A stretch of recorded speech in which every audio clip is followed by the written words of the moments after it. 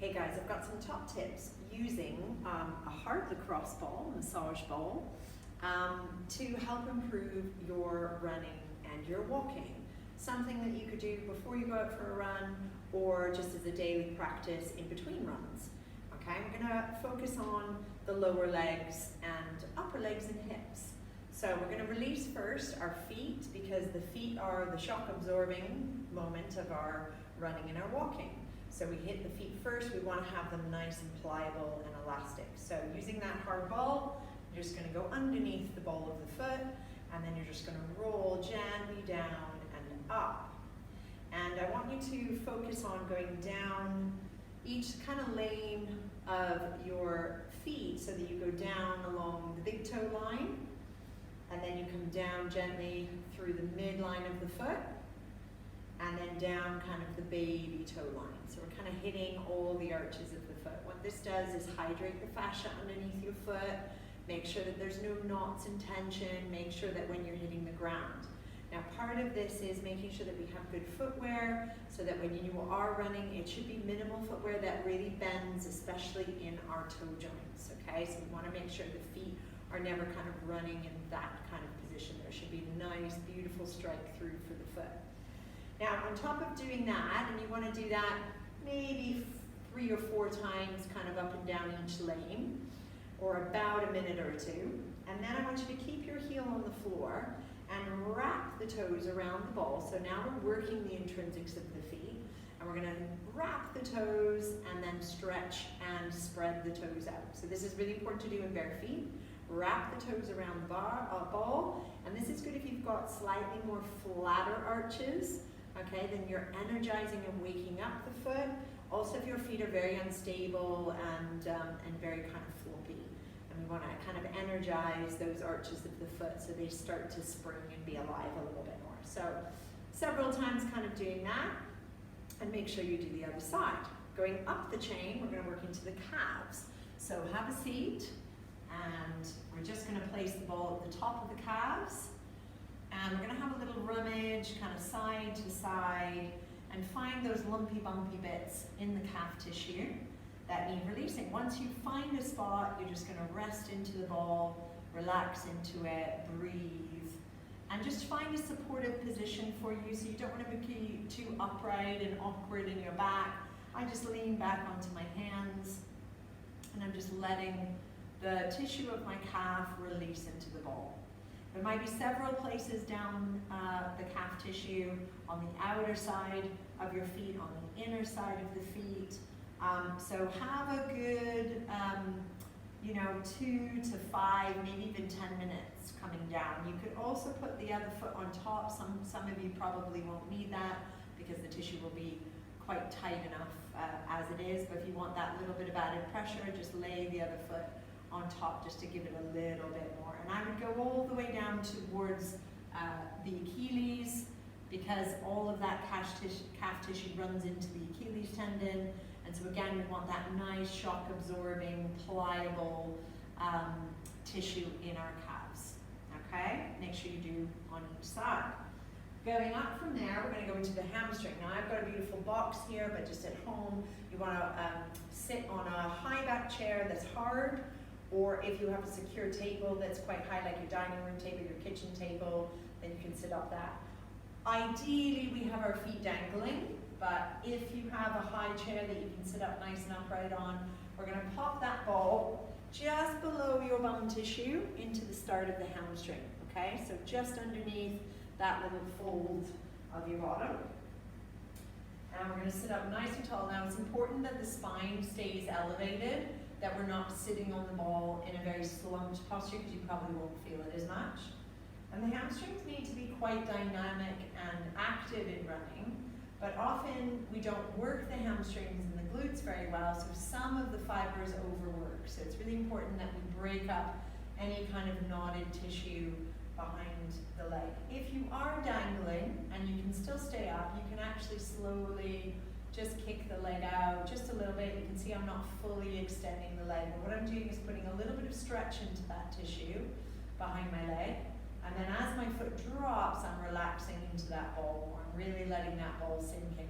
We've got 3 fibers of hamstring, so you're trying to really find with the ball where in that leg it feels the most tender, okay? If 10 is excruciating, 1 is nothing, or 0 is nothing, we want to have a kind of a 7 or 8 out of 10 feeling of discomfort. Shouldn't be pain, but it will be kind of uncomfortable. And then I just move it down my thigh. Some people feel it more higher up, some people feel it all the way down the leg, so it's quite key to kind of find wherever that is for you. 2 minutes roughly on each side. Now what's great to do is if you do have some knee issues going on, is actually we take the ball kind of around the inner, the top and the side of our knees. This is where all the quadriceps kind of come down into. So this is quite nice to do alongside doing some foam rolling for your quads, but I wanted to show you stuff that you could take away anywhere you go, and all you need is a hard ball. So I'm gonna come down and put the ball on the inner part of the knee and just feel. So this is where the inner thigh is attached to the knee and part of the quadriceps. So I'm just gonna see how that is around there. If you do roll around, just make sure it's very slow. Okay, we're not kind of rubbing and irritating the tissue. And I would do that and find a spot, melt and release, and then I'm gonna roll to the front of the knee. I just have the knee slightly bent. I don't want to go right on the kneecap and not right where the edge of the kneecap meets the thigh, but just above that. So we're not going to be getting uncomfortable places there. And that's not too bad for me, but it might be for you. Okay, so just gently rolling across that front part of the thigh and knee. And I would take much longer if there was some tenderness there, okay? So I'm just kind of doing this in quick time for you. And then I would go to the outer part of that knee. And on this side of the leg, you might find the IT band and coming down into those outer quads are actually really, really tight. A lot of people, when they run, they tend to shift the pelvis side to side instead of propelling themselves forward. So you might find that the IT band takes a lot of the tension, okay? So from this outer knee, we're actually gonna start to travel up the thigh a little bit from here, okay? This starts becoming quite painful. If you're finding it's too painful with that hard ball, drop down to a tennis ball as you start coming up this outer thigh, because it can be quite tender. Okay, and then I'm going to make sure it releases at each spot before I move it up a little bit higher. Okay, and I'm just going to come up this leg. Now, as you get higher up the leg, what you might want to do is just come down with your body, and then this leg can stretch out a little bit so that now my leg can fall onto the ball. And again, this is quite strong.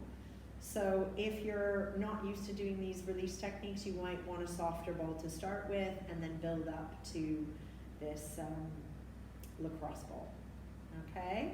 This is making sure we do both sides around the knee and then up into that outer IT band area.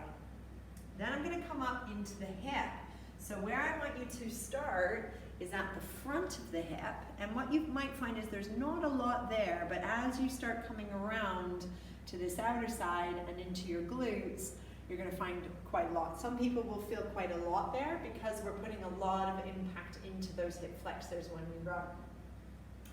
So we're going to come into the front of the hip and just have a very gentle little rock across the fibers of the thigh muscles that cross over into the front of the pelvis. So I'm just kind of breaking up that tissue a little bit, and if there is some soreness, hang out there a little bit more. I'm going to turn backwards to you so you can kind of see a bit more. And then I'm going to come around the side of my hip. So I'm still in that same hip crease, but off to more the side of my leg. And that is quite painful, but in a good way. And so I'd hang out there until it was released. And then the final area I'm going to go is into the back of the glutes. Okay, so I'm kind of in in this area here on kind of the side part of the glutes. And there's a couple ways that you can do that. So I can either come down onto the side here like I'm in a side plank and bring my ball back towards that back part of the side of the bottom. And that feels quite good. I'm kind of going in between kind of the top of the IT band and the side of the glutes. And again, if we do a lot of this lateral shifting with our running gait and even with our walking patterns, then we start to put too much load in the outer sides of the hip, okay? And that can become quite problematic for us then recruiting the back of the legs a little bit more. The other way that you can do this is to come onto your back, place the ball kind of in the center side of the bum, and then lean yourself over and let that leg kind of drop out to the side, or you can have the leg straight and just roll over a little bit into the ball so that you're getting the glutes. And make sure you do both sides, of course. So just as a recap, we do a bit on the feet. We're doing some releasing underneath the feet, and then some intrinsic work for working the under part of the arches of the foot. We come up and work on the calf tissue on both sides, finding where there's tightness there. Coming up into the hamstrings, sitting on a high back chair, and making sure that you're releasing all the way down the hamstrings wherever you need. And then we come around the knee, okay? So going around the inside, the front, and the side of the knee. And from that side of the knee, coming up into the IT band, so we're just going to move that ball up. We go into the front of the hip, where we power through, and into that side of the hip, the TFL, and coming back into the glute medians to finish. Good. And I hope that really helps you to find more mobility in your running, more comfortability in your walking, and allows you to have the longevity of pain-free movement within your running and your walking patterns. Comment below if you have anything to say and how your practice is going. Thank you.